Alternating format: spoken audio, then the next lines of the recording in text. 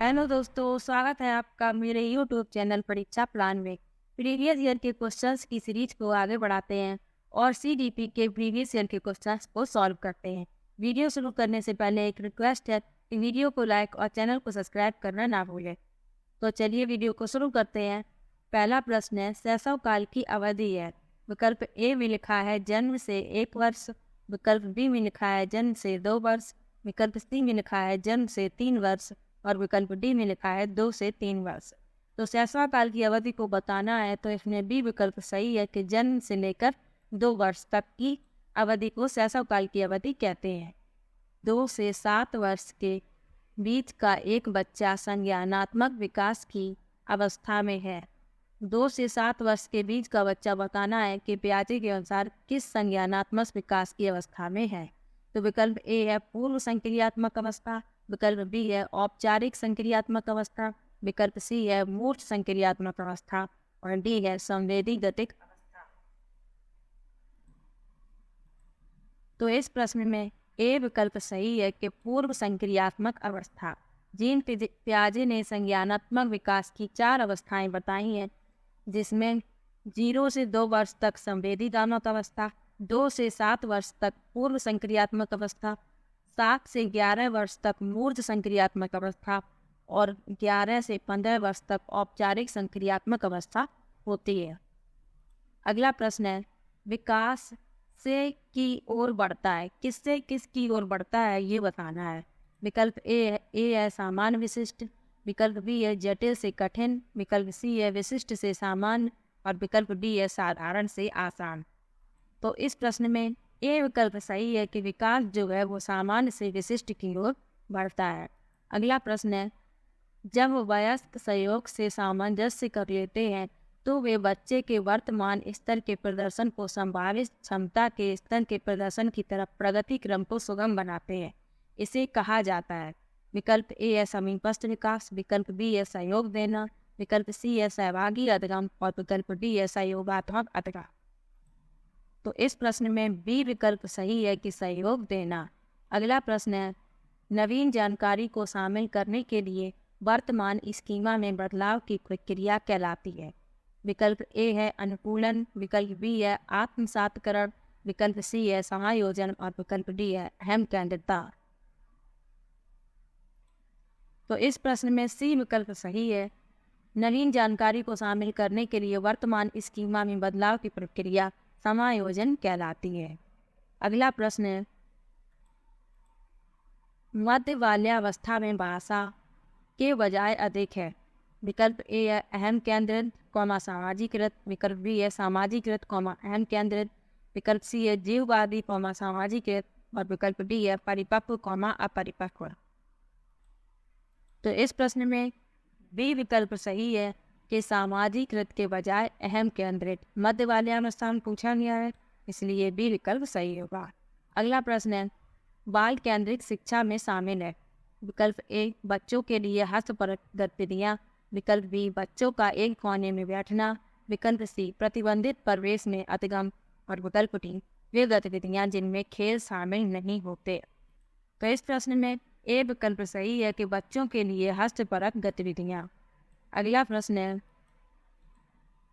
कक्षा अध्यापक ने राघव को अपनी कक्षा में अपने कीबोर्ड पर स्वयं द्वारा तैयार किया गया मधुर संगीत बजाते हुए देखा। कक्षा अध्यापक ने विचार किया कि राघव में फिल करना है बुद्धि उच्च स्तरीय थी। विकल्प ए स्थानिक, विकल्प बी शारीरिक गतिबोधक, विकल्प सी संगीतमय और विकल्प डी भाषाई। तो इस प्रश्न में सी विकल्प सही है कि संगीतमय।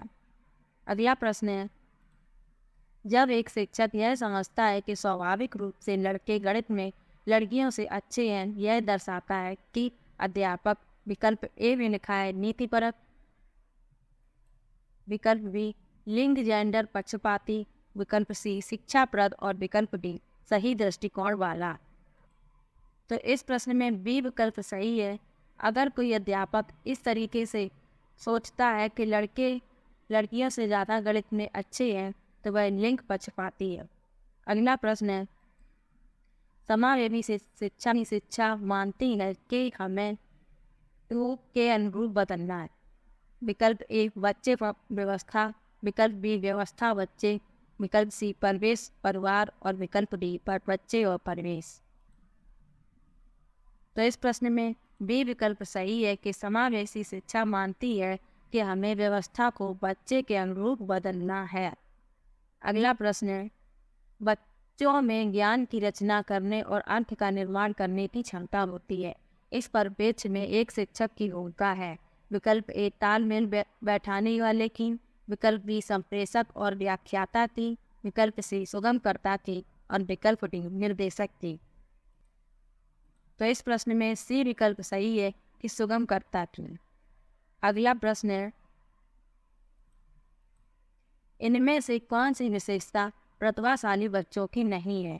विकल्प ए उच्चतर श्रेणी की मानसिक प्रक्रियाएं, विकल्प बी उच्च आत्मदक्षता, विकल्प सी निम्न औसतीय मानसिक प्रक्रियाएं और विकल्प डी अंतर्दृष्टिपूर्वक समस्याओं का समाधान करना।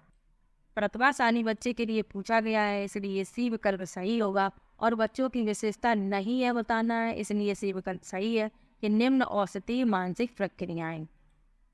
अगला प्रश्न है, कोलबर्ग के सिद्धांत के पूर्व परंपरागत स्तर के अनुसार कोई नैतिक निर्णय लेते समय एक व्यक्ति निम्नलिखित में से किस तरफ प्रवृत्त होगा? विकल्प ए अंतर्निहित संभावित दंड, विकल्प बी व्यक्तिगत आवश्यकताएं तथा इच्छाएं, विकल्प सी व्यक्तिगत मूड और विकल्प डी पारिवारिक अपेक्षाएं। तो इस प्रश्न में ए विकल्प सही है कि अंतर्निहित संभावित दंड। अगला प्रश्न है, निम्नलिखित में से सृजनात्मक से संबंधित है? विकल्प ए अपसारी चिंतन, विकल्प बी अभिसारी चिंतन, विकल्प सी सामवेगिक चिंतन और विकल्प डी अहमवादी चिंतन। सृजनात्मकता से संबंधित पूछा गया है, इसलिए ए विकल्प सही होगा कि अपसारी चिंतन। अगला प्रश्न है, बच्चों के बारे में निम्नलिखित में से किस कथन से वाइगोत्स्की सहमत होते हैं? विकल्प ए बच्चे समवयस्कों और वयस्कों के साथ सामाजिक अंतःक्रिया के माध्यम से सीखते हैं, विकल्प बी बच्चे तब सीखते हैं जब उनके लिए आकर्षक पुरस्कार निर्धारित किए जाएं, विकल्प सी बच्चों के चिंतन को तब समझा जा सकता है जब प्रयोगशाला में प्रश्नों पर प्रयोग किए जाएं, और विकल्प डी बच्चे जन्म से शैतान होते हैं, उन्हें दंड देकर नियंत्रित किया जाना चाहिए। तो इस प्रश्न में ए विकल्प सही है कि बच्चे समवयस्कों और वयस्कों के साथ सामाजिक अंतःक्रियाओं के माध्यम से सीखते हैं। अगला प्रश्न है, बच्चे बताना है, विकल्प लिखा है जिज्ञासु प्राणी होते हैं जो अपने चारों ओर के जगत को खोजने के लिए अपने ही तर्कों और क्षमताओं का उपयोग करते हैं, विकल्प बी चिंतन में वयस्कों की भांति होते हैं और ज्यों ज्यों वे बड़े होते हैं उनके चिंतन में गुणात्मक वृद्धि होती है, विकल्प सी रीते वर्तन के समान होते हैं जिसमें बड़ों के द्वारा दिया गया ज्ञान भरा होता है, और विकल्प डी निष्क्रिय जीव होते हैं जो प्रदत्त सूचना को ज्यों की त्यों प्रतिलिपि के रूप में प्रदर्शित करते हैं। तो इस प्रश्न में ए विकल्प सही है कि जिज्ञासु प्राणी होते हैं जो अपने चारों ओर के जगत को खोजने के लिए अपने ही तर्कों और क्षमताओं का उपयोग कर। अगला प्रश्न है, बच्चों की त्रुटियों के बारे में निम्नलिखित में से कौन सा कथन सत्य है? सत्य कथन बताना है। विकल्प ए में लिखा है असावधानी के कारण बच्चे त्रुटियां करते हैं, विकल्प बी में लिखा है बच्चों की त्रुटियां उनके सीखने की प्रक्रिया का अंग है, विकल्प सी बच्चे तब त्रुटियां करते हैं जब शिक्षक स्वयं और उन्हें दंड करने पर दंड ना देता हो, और विकल्प डी बच्चों की त्रुटियां शिक्षण के लिए महत्वहीन है और उसे चाहिए कि उन्हें काट दे और उन पर अधिक ध्यान ना दें। तो इस प्रश्न में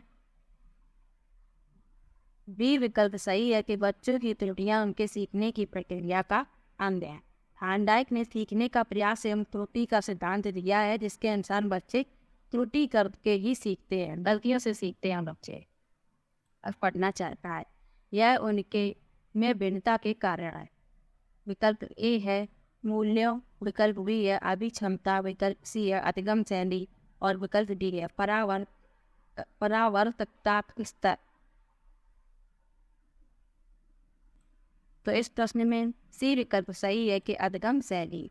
अगला प्रश्न है, भारत में भाषिक विभिन्नता बहुत है, इस संदर्भ में विशेषकर कक्षा 1 और 2 के प्राथमिक स्तर पर बहुभाषिक कक्षाओं के बारे में सर्वथा उपयुक्त कथन है। विकल्प ए, शिक्षार्थियों को अपनी मातृभाषा या स्थानीय भाषा का प्रयोग करने पर दंडित किया जाए। विकल्प बी, विद्यालय में उन्हीं बच्चों को प्रवेश दिया जाए जिनकी मातृभाषा वही हो जो शिक्षा के लिए अपनाई जा रही हो। विकल्प सी, शिक्षक को सभी भाषाओं का सम्मान करना चाहिए और सभी भाषाओं में अभिव्यक्ति के लिए बच्चों को प्रोत्साहित करना चाहिए।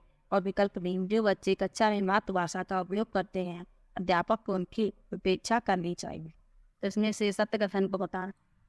तो इस प्रश्न में तीन विकल्प सही है कि शिक्षक को सभी भाषाओं का सम्मान करना चाहिए और सभी भाषाओं में अभिव्यक्ति के लिए बच्चों को प्रोत्साहित करना चाहिए। अगला प्रश्न है, प्रकृति पोषण विभाग में प्रकृति से क्या अभिप्राय है।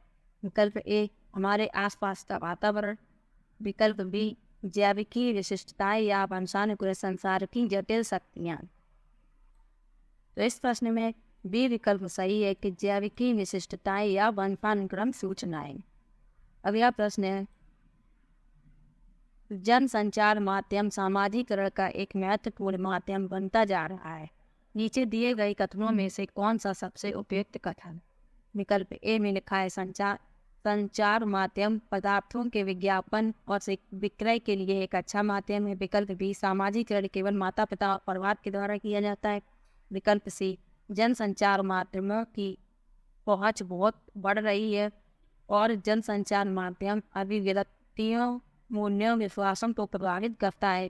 और डी, बच्चे संचार माध्यमों के साथ प्रत्यक्ष रूप से अंतःक्रिया नहीं कर सकते। तो इस प्रश्न में सी विकल्प सही है कि जनसंचार माध्यमों की पहुंच बढ़ रही है और जनसंचार माध्यम अभिव्यक्तियों, मूल्यों और विश्वासों को प्रभावित करता है। अगला प्रश्न है, बच्चे किस प्रकार से सीखते हैं। नीचे दिए गए कथनों में से कौन सा कथन इस प्रश्न के विषय में सही है। विकल्प ए, बच्चे केवल कक्षा में सीखते हैं। विकल्प बी, बच्चे तब सीखते हैं जब वे संज्ञानात्मक रूप से तैयार होते हैं। विकल्प सी, बच्चे अनेकों प्रकार से सीखते हैं। और विकल्प डी, बच्चे सीखते हैं क्योंकि स्वाभाविक रूप से प्रेरित होते हैं। सही नहीं यह बताना है, इसलिए ए विकल्प सही है कि बच्चे केवल कक्षा में सीखते हैं। बच्चे केवल कक्षा में नहीं सीखते तो हर जगह सीखते, इसलिए ए विकल्प सही है क्योंकि सही नहीं है। अगला प्रश्न है, प्राथमिक विद्यालय के शिक्षक को अपने शिक्षार्थियों को अभिप्रेरित करने के लिए निम्नलिखित में से किस रणनीति को अपनाना चाहिए। विकल्प ए, प्रत्येक शिक्षार्थी में अंक लगाने के लिए स्पर्धा को प्रोत्साहित करना।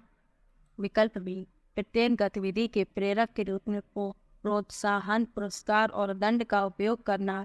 विकल्प सी, बच्चों को उनकी रुचियों के अनुसार अपने लक्ष्य निर्धारित करने और उन्हें पाने के लिए उद्यम में सहायता करना। और विकल्प डी, पूरी कक्षा के लिए मानक लक्ष्य निर्धारित करना और उनकी उपलब्धि के आकलन के लिए कठोर मानदंड निर्धारित करना। तो इस प्रश्न में सी विकल्प सही है कि बच्चों को उनकी रुचियों के अनुसार अपने लक्ष्य निर्धारित करने और उन्हें पाने के लिए उद्यम में सहायता करना। अगला प्रश्न है, निम्नलिखित में से कौन सा सामाजिकरण का एक प्रमुख कारक है। विकल्प ए में लिखा है परिवार। विकल्प बी, कंप्यूटर। विकल्प सी, आनुवंशिकता। और विकल्प डी, राजनीतिक तर्क। तो इस प्रश्न में ए विकल्प सही है कि सामाजिकरण का प्रमुख कारक जो है वो परिवार। अगला प्रश्न है, बच्चों को समूह कार्य देना एक प्रभावी शिक्षण रणनीति है क्योंकि। विकल्प ए, इससे शिक्षण का काम कम हो जाता है। विकल्प बी, छोटे समूह में कुछ बच्चों को दूसरे बच्चों पर हावी होने की अनुमति होती है। विकल्प सी, सीखने की प्रक्रिया में बच्चे एक दूसरे से सीखते हैं और परस्पर सहायता भी करते हैं। और विकल्प डी, बच्चे अपना काम जल्दी करने में समर्थ होते हैं। तो इस प्रश्न में सी विकल्प सही है कि सीखने की प्रक्रिया में बच्चे एक दूसरे से सीखते हैं और परस्पर सहायता भी करते हैं। अगला प्रश्न है, एक औसत बुद्धि वाला बच्चा यदि भाषा को पढ़ने एवं समझने में कठिनाई प्रदर्शित करता है तो यह संकेत देता है कि बच्चा का लक्षण प्रदर्शित कर रहा है।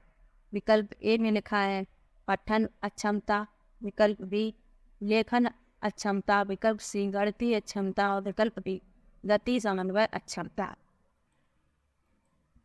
पढ़ने और समझने में कठिनाई प्रदर्शित कर रहा है, इसलिए पठन अक्षमता डिस्लेक्सिया ए विकल्प इसका सही है। अगला प्रश्न,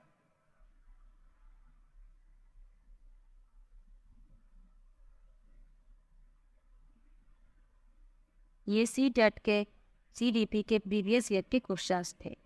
वीडियो को लाइक और चैनल को सब्सक्राइब अवश्य कीजिएगा। Thank you.